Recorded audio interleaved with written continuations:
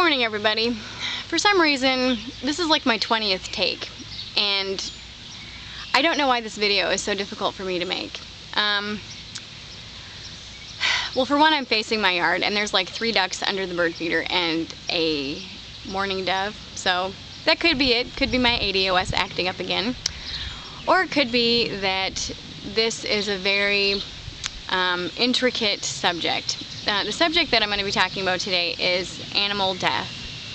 And I've gotten a lot of emails from people asking about what it means when an animal comes to your property to pass on, and is it a bad sign, and what to do with the body.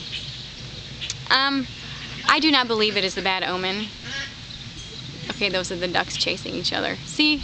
Okay, sorry.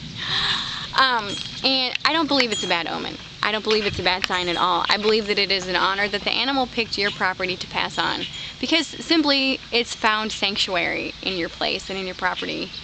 It feels safe. If you think about when animals are in the wild and they're sick or they're injured, they need sanctuary. They flee so that they can find sanctuary, so that they can pass on. And I know I used to work as a nurse aide at a nursing home, and time again I would see people hold on and wait until all the family was there, and then they felt like, okay, I've got everybody here, this is my peace, this is my sanctuary, and then they pass on. And death is part of life. And my mom passed away when I was 12, so I know what it's like to lose someone very close to you, and I know what it's like to lose pets. I had a cat when I was young. Well, I had many cats when I was young, and we lived on a county road up in Wisconsin, and it was very, very busy. And I went to go get the mail, and I had a cat named Peony that had followed me to the mailbox, and she got hit by a car. And I was devastated, and the car didn't even stop, and I was like, oh my gosh, that's my cat, hello? And you form such bonds with animals that, I'm sorry, I'm getting choked up. And it's such an honor to have an animal feel that they have found sanctuary in your place, that they can pass on and move on.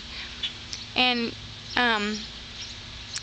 yeah, so I'm sorry that I'm getting choked up, but like I said, death is part of life. And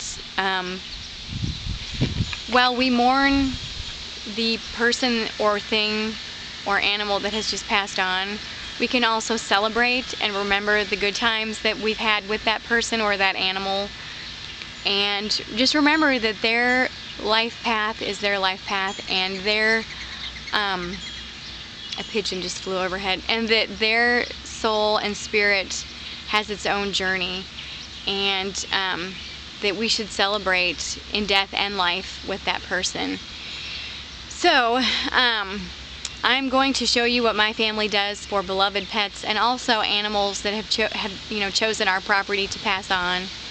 And I'm just going to show you what we've done. We've done this for a goldfish, for a hamster, for a skink, for a squirrel. So anyway, I just want to let you know what we do, and this is just how my family chooses to practice the burial rites. And yeah, so here we go. Okay, first of all, if you don't know the whereabouts of an animal that has come onto your property to pass on, and you don't know if it has mites or any kind of something that could make you sick or your children or your other pets, I would recommend picking it up with a Ziploc bag.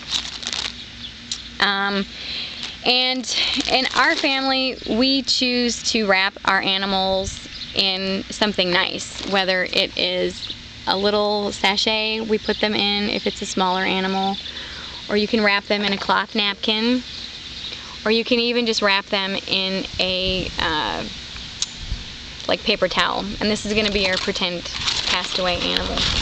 And the wind is blowing. So anyway, so we'll wrap the animal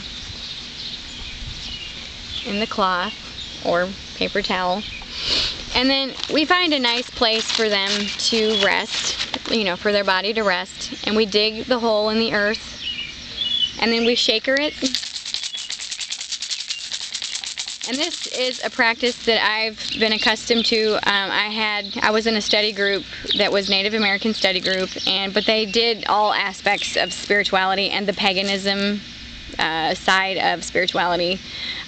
He was Native American. There was a lot of different paths, Wicca, all different kinds of Native American shaman. So anyway, so this was something that I picked up through that practice. This I actually got about 6 years ago when I lived in South Africa. So after I shaker the stagnant energy and just kind of awakening the earth to accept the body back into the earth, we light incense and stick it at the north side of the hole. And then we put in salt as a purification. And then we put in cornmeal as an offering to the god and the goddess, and also for sustenance for the animal's spirit to partake of until they cross over. Because when an animal passes away, or when a person passes away, I don't believe that their soul passes right away. I mean, I think that they can linger for a while, whether it's a moment or two, or weeks, days, years, months, whatever. So then after that, we put down a bed of corn husks like this, and then we'll place the animal on top and then cover them back up. And obviously if it's a bigger animal, then we obviously have a bigger bed of corn husks. And then we place the soil back on top of the animal, and sometimes we'll put a stone on top of that. And then we'll take a flower that we've just picked from our yard and then put it on top of the burial place. And then I have a book called The Pagan Book of Living and Dying. And this is a very good book. This is from Starhawk, and I absolutely love her practice. And there's a thing, we just had a hamster pass away a few months ago, and this was a ritual that I said, and basically we just, you know, honored the animal for all the joy that it brought into our life. And it was so, every burial is special, even if it's just a fish that we've had for a month, you know, and everybody goes around and talks about, you know, the joy that, you know, it was, you know, just seeing it every day and just admiring the colors, or remembering a funny time when the hamster bit your hand, or whatever, you know, or the funny way that the fish swam around the bowl, or whatever. And then after we have said our piece, our you know, like remembrances, then we take the incense from the north side and we put it in the middle of where the flowers are, and on top, and in, you know, like the middle of the gravesite. And if we've placed a stone on there, then we still, you know, put it at the north end of the burial plot. And that's it. That is what my family does for burials of animals that have passed away on our property, or our, you know, like beloved animals from our home. So I hope this has helped answer your questions, and blessed be.